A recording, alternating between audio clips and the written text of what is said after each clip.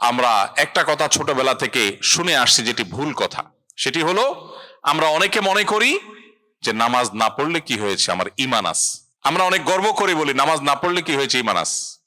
নাম হলো আতর আলী, গায়ের থেকে দুর্গন্ধ।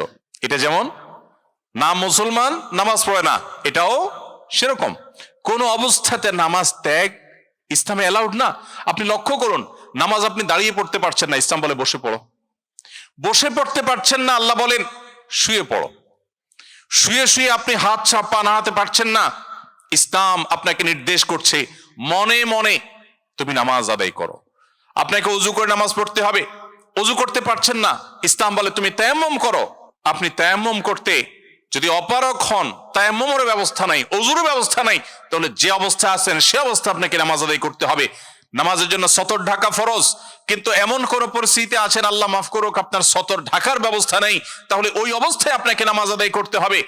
আপনি যদি এমন কোন পরিবেশে থাকেন যেখানে আপনার পবিত্র কাপড় থাকা নামাজের জন্য পূর্ব শর্ত, অথচ আপনার কাছে পবিত্র কোনো কাপড় নাই, তো ইসলাম ওই অবস্থা আপনাকে নামাজ পড়তে বলে।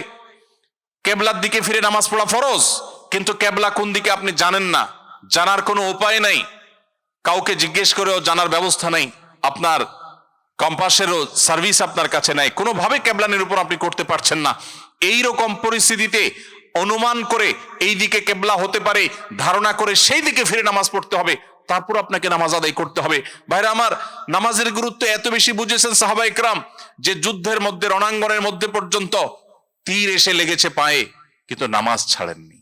ওমর রাদিয়াল্লাহু তাআলা আনহু খলিফাতুল মুসলিমিন, তিনি বলেছেন লা হাজ্জা ফিল ইসলাম লিমান তারাকা সালাহ, যে ব্যক্তি নামাজ ছেড়ে দেয়, যে ব্যক্তি নামাজ পড়ে না, এর ইসলামে কোনো অংশ নাই, সে নিজেকে মুসলিম দাবি করবার কোনো অধিকার নেই। এই জন্য ভাইরা আমার, আপনি অন্য অনেক কিছুতে ছাড় পাবেন, রোজা রাখতে পারছেন না, আল্লাহ রাব্বুল আলামিন কোরআনে কারিমে বলেছেন ওয়া আলাল্লাযীনা ইউতীকুনাহু ফিদিয়াতু তুআমু মিসকিন।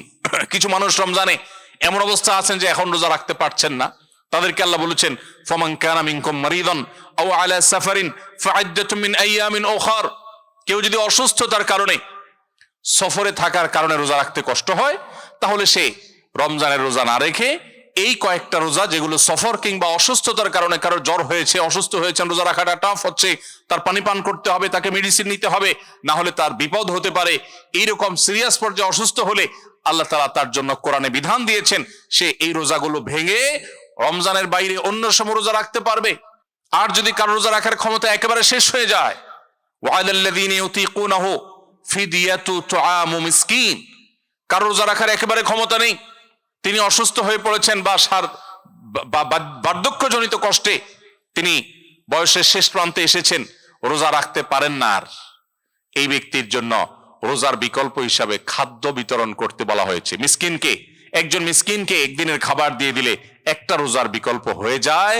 এইরকম ব্যক্তির, যে ব্যক্তির রোজা রাখার ক্ষমতা নাই বার্ধক্যজনিত কারণে, অথবা এমন অসুস্থতা যে অসুস্থতাতে কখনো আর সুস্থ হওয়ার সম্ভাবনা নেই, তার জন্য ফিদিয়ার ব্যবস্থা রেখেছে ইসলাম। কিন্তু নামাজের ব্যাপারে ইসলাম কোনো বিকল্প দেয় নাই। ভাইরা আমার, নামাজ এমন একটা ইবাদত যে এটার কোনো বিকল্প না, যে ঠিক আছে নামাজ পড়তে পারো না, তুমি সাদেকা দিয়ে দাও, এটা হয়ে যাবে, এরকম কোনো বিধান কোরআন হাদিসে নাই। অতএব আমরা যদি নিজেদেরকে মুসলমান পরিচয় দিতে চাই, আমাদের ইসলামটাকে আমরা ধারণ করতে চাই, তাহলে আমাদের 5 ওয়াক্ত নামাজকে সর্বোচ্চ গুরুত্ব দিতে হবে, যেই কোনো পরিস্থিতিতে আদায় করতে হবে। অনেক সময় হীনমন্যতা কাজ করে যে আমার এখানে কেউ মুসলমান না, আমি একা মুসলমান, একা নামাজ পড়লে সবাই তাকায় থাকবে, নামাজের কোনো আলাদা জায়গা নাই, তো তাকায় থাকবে। তাতে আমার যদি একটু হেজিটেশন হয়, আমি যদি একটু অস্বস্তিতে পড়ি, আমি যদি একটু একটু লজ্জাস্কর পরিস্থিতিতে পড়ি, তারপরেও সেটাকে আমার মেনে নেওয়াটা আমার ইমানের দাবি। আমি জান্নাতটা আল্লাহর কাছে কোন মুখে চাইবো? অনন্তকালের সুখের ঠিকানা জান্নাত যে চাইবো, সেখানে তো আমাকে কিছু স্যাক্রিফাইস করতে হবে। এই স্যাক্রিফাইসের বিনিময় আল্লাহর কাছে আমি জান্নাত চাইতে পারি। প্রিয় ভাইরা আমার, আমি আবারও বলছি, একটা সময় আমাদের স্বদেশে বাংলাদেশিদের সংখ্যা কোরিয়ার মাটিতে ইনশাআল্লাহ এখন যে সংখ্যা আছে, এর চাইতে হয়তো বহু গুণ বেড়ে যাবে, অনেক গুণ হয়তো বেড়ে যাবে। পরবর্তীতে যারা আসবে, তাদের ঈমান, তাদের মুসলিম পরিচয়, এটা টিকে থাকাটা অনেকখানি নির্ভর করে আপনাদের দায়িত্বশীল আচরণের মধ্য দিয়ে। আপনারা যদি এখানে আনন্দ ফুর্তিতে শুধু হারিয়ে যান, শুধুমাত্র বিনোদন এবং নিজেদের হাসি খুশির মধ্যেই শুধুমাত্র নিমজ্জিত হয়ে যান, এবং ইসলামী সোসাইটি ডেভেলপ করার জন্য, ইসলামিক কালচারকে ডেভেলপ করার জন্য যদি আপনারা ত্যাগ না করেন, স্যাক্রিফাইস না করেন, তাহলে সেই প্রজন্ম কিন্তু হারিয়ে যাবে এবং তার জন্য আল্লাহর কাছে আপনাদেরকে দায়ী হতে হবে। কিয়ামতের ময়দানে জিজ্ঞাসার মুখোমুখি হতে হবে যে তুমি একটু ভালো থাকবার জন্য এখানে এসেছো, কিন্তু এখানে এসে তোমার এবং তোমার পরবর্তীতে আসা মানুষগুলোর ঈমান আমলকে রক্ষা করবার জন্য সেরকম মজবুত দুর্গ গড়ে তুলো নাই। আল্লাহর কাছে এই জবাবদিহিতা থেকে মুক্তির জন্য রেহাই পেতে হলে আমাদেরকে 5 ওয়াক্ত নামাজকে সর্বাপেক্ষা গুরুত্ব দিয়ে আদায় করতে হবে। চেষ্টা করবো তো সবাই ইনশাআল্লাহ। কোনো অজুহাতে কোনো কারণে কোনো ওজরে আপনি নামাজ ত্যাগ করতে পারেন না। আল্লাহ রাব্বুল আলামিন আমাদেরকে 5 ওয়াক্ত সালাতকে এরকম গুরুত্বের সাথে আদায় করার তৌফিক দান করুন। সম্মানিত ভাইরা, 4 নম্বর, এরকম মাল্টিকালচারাল সোসাইটিতে নিজেদের ঈমান আমলকে রক্ষা করবার জন্য নিয়মিত কোরআনে কারীমের সংস্পর্শে থাকা এবং সেই সাথে সকাল সন্ধ্যায় নবী করিম সাল্লাল্লাহু আলাইহি সাল্লামের যে জিকিরগুলো আছে সেগুলোকে আদায় করা, এটার কোনো বিকল্প নেই। আমরা জানি যেখানে অনেক বেশি কুফরি হয়, অনেক বেশি শিরক হয়, আল্লাহর প্রতি ঈমানের চর্চাটা কম হয়, যে জায়গায় অনেক বেশি ইবাদত বন্দেগী হয় না, বেশিরভাগ মানুষ যেখানে আল্লাহর অস্তিত্বকে অস্বীকার করে কিংবা আল্লাহর সঙ্গে শিরকে লিপ্ত, এরকম পরিবেশে, এরকম সোসাইটিতে, এরকম জায়গায় মানুষ স্পিরিচুয়ালি দুর্বল হয়ে পড়ে, আধ্যাত্মিকভাবে দুর্বল হয়ে পড়ে, নিজের অজান্তে তার ঈমান আস্তে আস্তে দুর্বল হয় এবং উইক হয়ে পড়ে। সেই দুর্বলতা কাটাবার জন্য এই 4 নম্বর অপশনে আমরা 2টি পরামর্শ দিচ্ছি। নাম্বার 1, কোরআনে কারীম নিয়মিত তেলাওয়াত করা। নাম্বার 2, সকাল সন্ধ্যায় নবী করিম সাল্লাল্লাহু আলাইহি সাল্লামের বাতানো জিকিরগুলো আদায় করা। এতে যেটা হবে, শয়তান আপনাকে, যেখানে অনেক বেশি হয়তো শয়তানের জন্য অনুকূল পরিবেশ, শয়তান মানুষকে বিভ্রান্ত করতে পারে, প্ররোচিত করতে পারে, আপনাকে শয়তান ক্ষতিগ্রস্ত করতে পারবে, আপনি সেফ থাকবেন। কোরআন হলো রক্ষা কবচ। অতএব আমরা রক্ষার জন্য তাবিজ বাঁধি, আমরা কোরআন তেলাওয়াত করি না। দুর্ভাগ্য আমাদের নবী করিম সাল্লাল্লাহু আলাইহি সাল্লাম শিখিয়েছেন সূরা ইখলাস, সূরা ফালাক, সূরা নাস, কুল হুয়াল্লাহ, কুল আউযু বিরাব্বিল ফালাক, কুল আউযু বিরাব্বিন নাস, এই 3 সূরা যদি আপনি 3 বার করে সকালে, 3 বার করে সন্ধ্যায় তেলাওয়াত করেন, তাহলে ইনশাআল্লাহ বিইذনিল্লাহ সকালে তেলাওয়াত করলে সারা দিনের জন্য, সন্ধ্যা তেলাওয়াত করলে সারা রাতের জন্য আপনি সেফ হয়ে যাবেন, নিরাপদ হয়ে যাবেন, আল্লাহ তাআলা আপনাকে হেফাজত করবেন। অতএব ভাইরা আমার, কোরআনে কারীমের তেলাওয়াত আমাদের বাড়াতে হবে। আমাদের স্মার্টফোনের আসক্তি, আমাদের মোবাইলের অতিরিক্ত ব্যবহার, ফেসবুক, ইউটিউব সহ সোশ্যাল মিডিয়াতে অতিরিক্ত হাবুডুবু খাওয়া, নিয়ন্ত্রণহীন ব্যবহার হওয়ার কারণে আমরা অনেকে কোরআন থেকে দূরে সরে গেছি।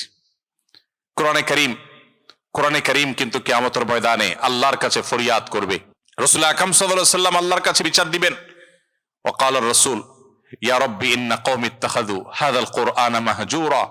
কিয়ামতের দিন রাসূল বলবেন, হে আল্লাহ, হে আমার রব, আমার এই জাতি, এই মুসলিম নামধারী মানুষগুলো, তারা কোরআনকে পরিত্যাগ করেছে, কোরআনকে পরিহার করেছে। অনেকে আছেন এখানে, শেষ কবে কোরআনটা হাতে নিয়ে একটু তেলাওয়াত করেছেন বলতে পারবেন না। অনেকে এখানে আছেন, শেষ কবে একটু আল্লাহর কালামটা সুন্দর করে মোহাব্বতের সাথে আদায় করেছেন, তেলাওয়াত করেছেন আপনি জানেন না।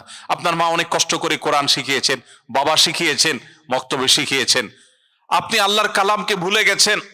আপনি সোশ্যাল মিডিয়াতে, ফেসবুকে ঘন্টাকে ঘন্টা সময় দিচ্ছেন, যেখান থেকে আপনার 2 পয়সার কোনো দুনিয়ার লাভ আসে না, আখিরাতের লাভ তো আসার প্রশ্নই ওঠে না। সেখানে আপনি ঘন্টায় ঘন্টা আপনি ব্যয় করছেন, অথচ কোরআনকে আপনি ভুলে গেছেন। প্রিয় ভাইরা আমার, এখানে প্রবাসেও আপনারা মসজিদে অথবা যেখানে কয়েকজন ভাইরা থাকেন, কয়েকজন মিলে আপনারা গ্রুপ করে কোরআন শেখার আয়োজন করতে পারেন। আগে থেকে কোরআন জানা আছে, তাহলে সেই কোরআনটা তেলাওয়াত করার অভ্যাস গড়ে তুলতে পারেন। কোরআন আমাদেরকে হেফাজত করবে আল্লাহ তাআলার ইচ্ছায়, আল্লাহ তাআলার অনুগ্রহে। নবী করিম সাল্লাল্লাহু আলাইহি সাল্লাম বলেছেন, ইন্নাল্লাহা ইয়ারফাউ বিহাযাল কিতাবি আকওয়ামা ওয়া ইয়াদাউ বিহি আখারিন। এই কোরআন সেই মহাগ্রন্থ যেটার মধ্য দিয়ে আল্লাহ তাআলা বহু জাতির মর্যাদাকে আকাশে তুলবেন, আবার এই কোরআনের প্রতি দায়িত্বহীন আচরণ করবার কারণে বহু জাতিকে আল্লাহ তাআলা ধ্বংসের অতল তলে হারিয়ে দিবেন। আজকে মুসলিম বিশ্বের যে দুরবস্থা, পৃথিবীর চতুর্পাশে তাকালে দেখে আমরা উম্মার আর্তনাদ শোনা যায়, উম্মার জুলুম এবং নির্যাতনে নিষ্পেষিত হওয়ার আওয়াজ আমরা শুনতে পাই। উম্মা নানা দিক থেকে পিছিয়ে পড়েছে। উম্মার এই দুরবস্থার অন্যতম প্রধান কারণ হলো আজ মুসলিম মিল্লাত কোরআনকে পরিহার করেছে। ভাইরা আমার, এই জন্য কোরআনকে এবং সেই সাথে রাসূল সাল্লাল্লাহু আলাইহি ওয়াসাল্লামের হাদিসকে আমাদের ধারণ করতে হবে, চর্চা করতে হবে। বিশেষ করে এই ধরনের পরিবেশে যেখানে শিরক কুফর আল্লাহর প্রতি অবিশ্বাস চতুর্দিকে হচ্ছে, বেশিরভাগ মানুষই অবিশ্বাসী, সেই জায়গায় আল্লাহর রহমত পেতে হলে আপনাকে কোরআনকে আঁকড়ে ধরতে হবে। এটা আপনাকে ওই পরিবেশের ক্ষতি থেকে রক্ষা করতে সাহায্য করবে ইনশাআল্লাহ তাআলা।